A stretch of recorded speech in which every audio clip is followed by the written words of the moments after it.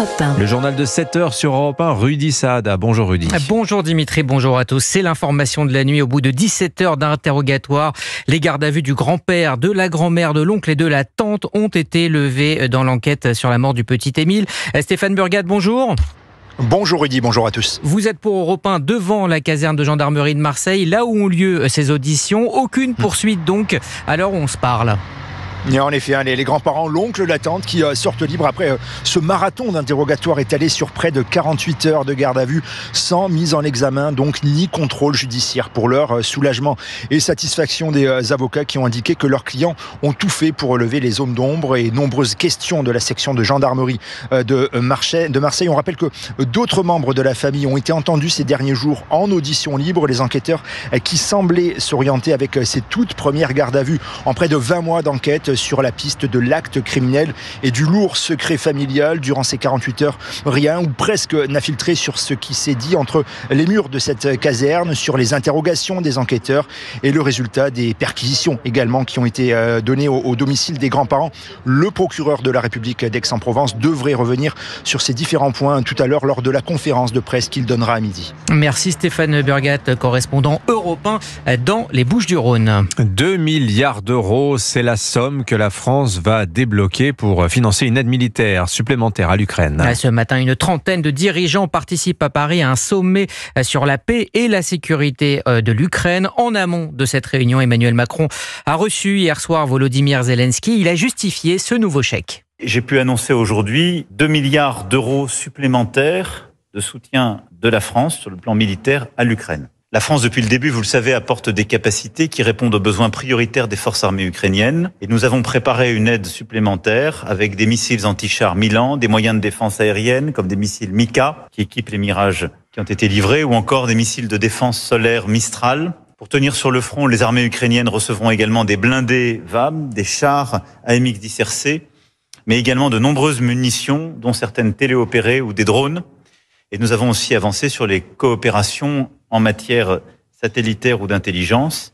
Et ce soutien sera complété également par des productions d'équipements en Ukraine grâce aux partenariats noués avec nos entreprises de défense.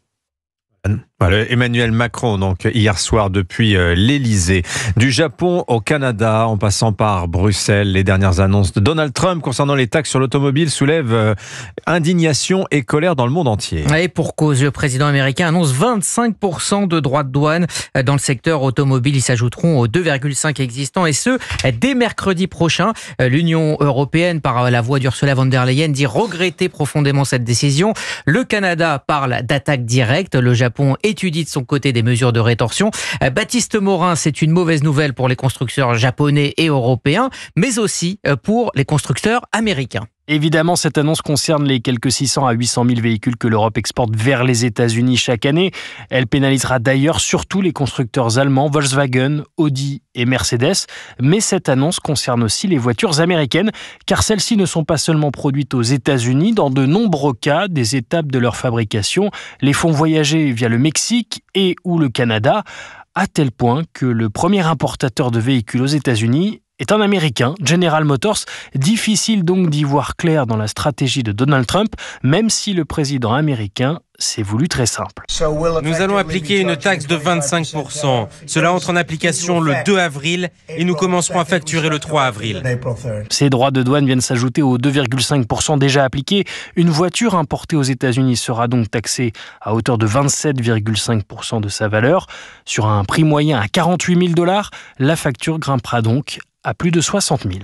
Baptiste Morin du service économie d'Europe 1. 5000 personnes se sont réunies hier soir pour la République et contre l'islamisme. C'était le mot d'ordre de cette soirée inédite au Dôme de Paris. Oui, des personnalités de tous bords venues pour témoigner et échanger sur la laïcité, la menace islamiste et le séparatisme. Maï-Hélène Trémollet, en tête d'affiche de cette réunion, 2 membres du gouvernement, Manuel Valls et Bruno Retailleau. Oui, réunis pour soutenir la lutte contre l'islamisme, à attendre l'entrée en scène de Bruno Retailleau.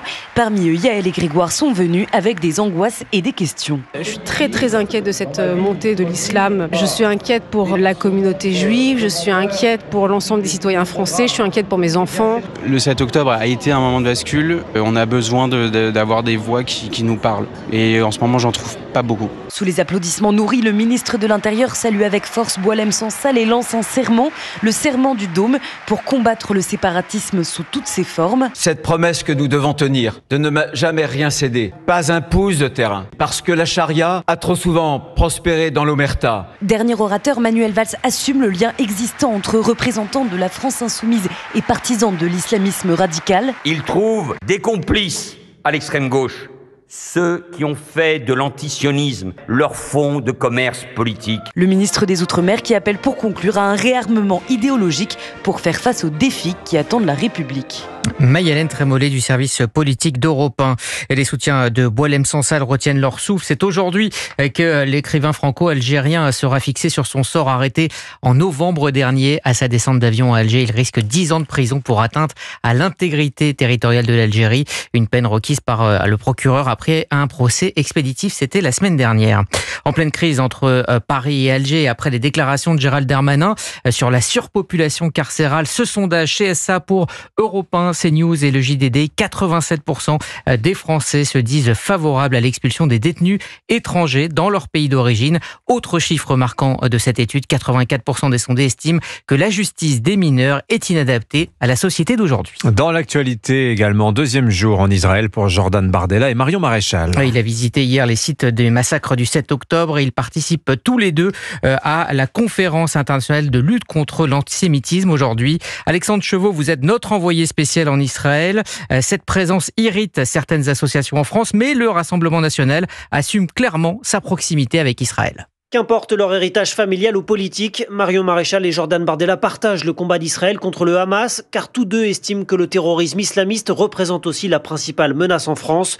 Le président du RN écarte ainsi toute filiation avec l'antisémitisme de Jean-Marie Le Pen. Je ne suis pas certain que ça soit extrêmement pertinent comme lecture. Moi, j'ai toujours été extrêmement clair sur le rapport de notre mouvement à la mémoire. Je pense que les Français de confession juive connaissent la sincérité de notre engagement. Alors, bien que critiqué par certaines associations en France, ce déplacement est à l'initiative du gouvernement israélien qui justifie son invitation. Amirai Chikli, le ministre de la Diaspora. On sait tous qui était Jean-Marie Le Pen et on ne pardonne pas. Mais les gens peuvent changer et les partis aussi. Donc en tant qu'Israélien, on est très touché par sa venue ici. Pour moi, c'est ça l'amitié. C'est comme ça qu'on combat le vrai ennemi que nous avons en commun par ailleurs. Jordan Bardella tente enfin de construire sa stature internationale. Il prendra la parole cet après-midi lors de la conférence internationale de lutte contre l'antisémitisme devant plusieurs représentants de la droite européenne et en présence de Benyamin Netanyahou. Alexandre Chevaux, envoyé spécial Europe 1 en Israël. Les députés votent en commission la suppression des ZFE. Ces zones à faible émission limitent l'accès à plusieurs grandes villes aux véhicules les plus polluants. La suppression de cette mesure jugée discriminatoire doit être désormais discutée à l'Assemblée. Merci Rudy Saad, c'était votre journal. Il est 7h08 sur Europe 1 à suivre l'édito éco. Justement, cette fameuse commission qui a voté hier pour la suppression des ZFE, elle entreprend plus largement depuis lundi de voir ce qu'on pourrait faire pour simplifier la vie économique française. Et elle entreprend, alors évidemment il ne faut pas tout jeter bien sûr, mais de faire le ménage parmi les plus de 1000 agences publiques, conseils, commissions et instances consultatives en tout genre que finance la dépense publique. On parle quand même de 80 milliards d'euros par an. On va voir ça avec Agnès Verdier-Molinier dans 10 minutes. Et puis dans un instant, Dimitri Pavlenko, vous recevrez l'invité d'Europe un matin. Florence Bergeau-Blaclair, la spécialiste du frérisme, elle était sur la scène du Dôme de Paris hier soir pour dire non à l'islamisme aux côtés de Bruno Retailleau. Elle est l'invitée d'Europe 1 dans un instant.